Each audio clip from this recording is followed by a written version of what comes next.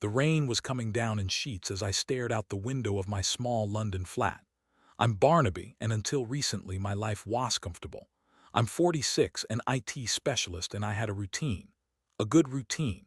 Wake up, make breakfast for myself and Isolde, my wife of 15 years, head to the office, come home, dinner, maybe a movie. Weekends were for gardening, visiting family, and the occasional pub night with my mates. Nothing extraordinary, but it was ours. Or so I thought. It started subtly. Isolde, always meticulous about her appearance, began spending even more time getting ready in the mornings. New clothes appeared in her wardrobe, designer brands I couldn't recall ever seeing her buy. She started going to yoga 3 times a week when it had always been a once-a-week thing. I didn't think much of it, chalking it up to a midlife thing. Maybe she was just trying to stay young. I should have paid closer attention. The first real red flag was the phone. Isolde's phone was always glued to her hand, even at dinner. She'd giggle and smile at the screen, then quickly shut it off when I looked over. She started taking calls in the other room, whispering and laughing in a way she hadn't with me in years. I'd ask who it was, and she'd say, just a friend from work, or my sister Braun. But it felt off. One Tuesday I had to come home early from work. A server crashed and I managed to fix it remotely, freeing up my afternoon. I decided to surprise Isolde with lunch. I knew she usually worked from home on Tuesdays. I walked in, calling her name, no answer. I found her purse on the kitchen counter, keys and phone inside. Strange, she never left her phone behind. I walked upstairs to the bedroom, and that's when I heard it. Muffled voices. I crept closer to the door, my heart pounding in my chest. I pressed my ear against the wood and the voices became clearer. It was Isolde and a man. I couldn't make out what they were saying, but the tone was intimate, playful, loving. A tone she hadn't used with me in what felt like an eternity. The blood drained from my face. My hands started to shake. I couldn't breathe. I stood there frozen for what felt like an eternity. Then I slowly backed away from the door. I couldn't face it. Not yet. I went downstairs, grabbed a bottle of scotch from the cabinet, and poured myself a generous glass. I sat at the kitchen table, staring blankly at the wall, the reality of the situation slowly sinking in. My wife, the woman I had built my life with, was cheating on me. The next few days were a blur. I went through the motions at work, barely able to focus. I couldn't eat, couldn't sleep. I kept replaying the scene in my head, trying to make sense of it. Why? What had I done wrong? Had I not been a good enough husband? Had I not been attentive enough, loving enough? I tormented myself with these questions, finding no answers. I knew I had to confront her, but I didn't know how. I was afraid of what she would say, afraid of the truth. But I couldn't live like this, in this state of uncertainty and doubt. So one evening when she came home from yoga, I was waiting for her. Isolde, we need to talk, I said, my voice trembling slightly. She looked at me, her eyes widening slightly. What is it, Barnaby? You look awful. Know about the man, I said, cutting straight to the chase. Her face paled.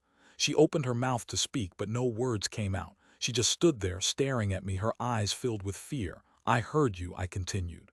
I heard you in the bedroom. Who is he, Isolde? How long has this been going on? Tears started to stream down her face. Barnaby, I can explain. What, Isolde? Explain how you betrayed me. Explain how you've been lying to me for months. Explain how you've been making me feel like I'm not good enough. It's not like that, Barnaby, she sobbed. It just happened, it just happened. Is that what you're going to tell me? That you just accidentally fell into bed with another man? No, but I've been unhappy, Barnaby. I haven't felt connected to you in a long time. We've grown apart. Apart. Isolde, we've been married for 15 years. We have a life together. We have memories. Is that all worth nothing to you? I don't know, Barnaby, she cried. I just don't know anymore. I stared at her, my heart breaking into a million pieces. The woman I loved, the woman I had shared my life with, was standing in front of me, telling me that she didn't know if she wanted to be with me anymore. It was like a punch to the gut. Is he? I asked again, my voice barely a whisper. She hesitated for a moment, then said, his name is Crispin. He's a colleague from work. Crispin. I didn't know any Crispina. How long? 6 months, she confessed, her voice barely audible. 6 months. 6 months of lies, deceit, and betrayal. 6 months of me being a fool, oblivious to what was going on right under my nose. The anger started to bubble up inside me, hot and furious. Out, I said, my voice cold and hard. Barnaby, please, she begged.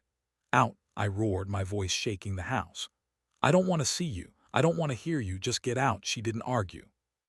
She turned and ran out of the house, leaving me standing there alone in the wreckage of our marriage. The next few weeks were the hardest of my life.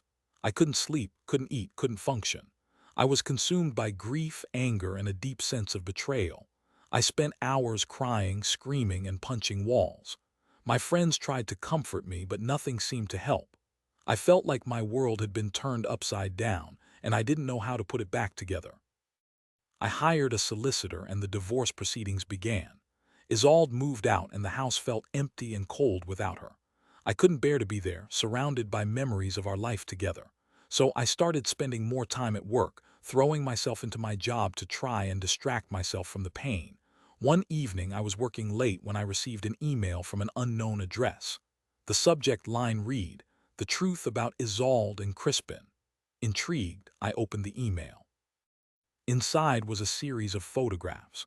Photographs of Isolde and Crispin, not just kissing or holding hands, but more explicit photographs. My stomach churned. I felt sick to my stomach. I scrolled through the photos, each one a dagger to my heart.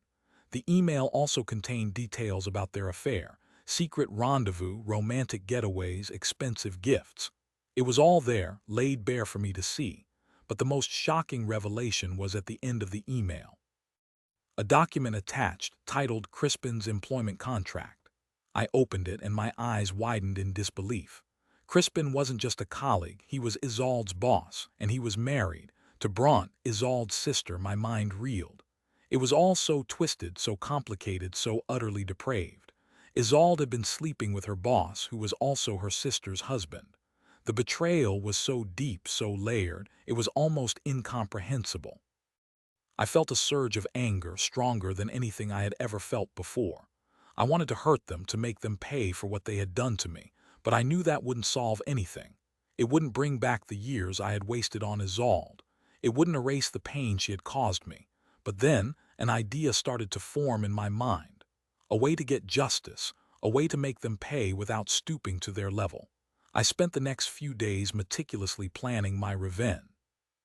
I gathered all the evidence I had, the photographs, the emails, the employment contract. I compiled it all into a comprehensive dossier. Then I sent it to Brant. I didn't know what she would do with it, but I knew that she deserved to know the truth. She deserved to know that her husband and her sister had been betraying her for months. I waited anxiously for her reaction. A week later, I received a phone call. It was Brant. "Barnaby," she said, her voice trembling. "Yes, Brant," I replied. I don't know what to say," she stammered. "I received your package. I can't believe it. I can't believe they would do this to me." "I'm sorry, Brant," I said. "I know this must be incredibly painful for you." "Painful doesn't even begin to describe it," she said.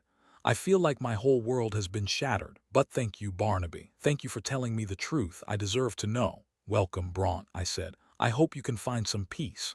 "Don't know about peace," she said, "but I know what I have to do."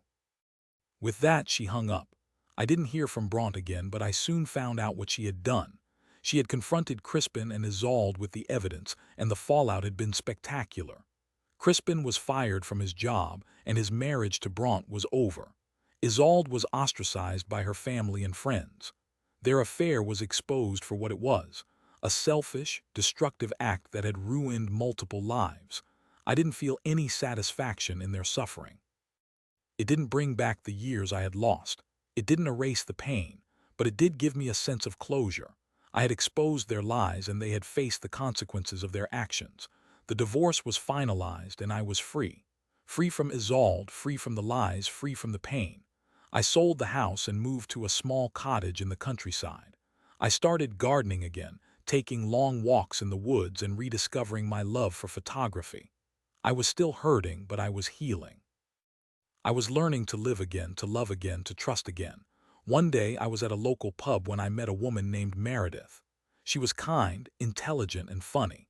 We started talking and I found myself drawn to her. She was different from Isolde in so many ways. She was honest, genuine, and compassionate. We started dating and I slowly began to open my heart to her. It wasn't easy. I was still scarred from my experience with Isolde, but Meredith was patient and understanding.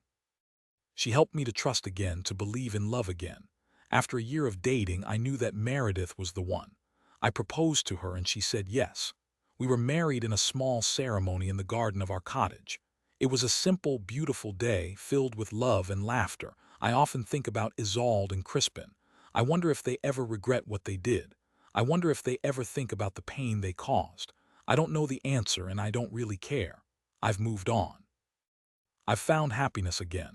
I've learned that betrayal can be a devastating experience, but it doesn't have to define you. You can survive it. You can heal. You can find love again. You just have to be willing to let go of the past and embrace the future. Years later, I received a letter from Isolde. It was a long, rambling apology. She admitted that she had made a terrible mistake, that she had hurt me deeply, and that she was truly sorry. She said that her affair with Crispin had been a fleeting moment of madness, that she had been unhappy and confused, and that she had made a series of bad decisions. She said that she had lost everything, her job, her family, her friends, and me. She was alone and miserable. I read the letter and I felt a pang of sadness for her, but I didn't feel any anger. I didn't feel any resentment. I had forgiven her, not for her sake, but for my own. I knew that holding onto the anger and resentment would only poison my own heart, so I let it go. I forgave her and I moved on. I threw the letter in the fire and never looked back. I had found my own happiness, and that was all that mattered. I learned a lot from my experience with Isolde. I learned that trust is a fragile thing, that it can be easily broken, and that it can be difficult to rebuild. I learned that communication is key in any relationship, and that you should never take your partner for granted. I learned that you can't control the actions of others, but you can control how you react to them. And I learned that even after the most devastating betrayal, you can still find happiness again. You just have to be willing to let go of the past and embrace the future. My life with Meredith is everything I ever wanted. It's filled with love, laughter, and companionship. We support each other, we challenge each other, and we love each other unconditionally. I'm grateful for every day that I get to spend with her.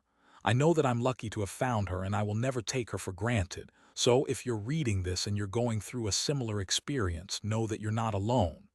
Betrayal is a common experience, but it doesn't have to define you. You can survive it. You can heal. You can find love again. Just don't give up on yourself. Don't let the pain consume you. Let go of the past and embrace the future. There is happiness waiting for you if you're willing to open your heart to it. And remember, sometimes the greatest revenge is simply moving on and living a happy, fulfilling life.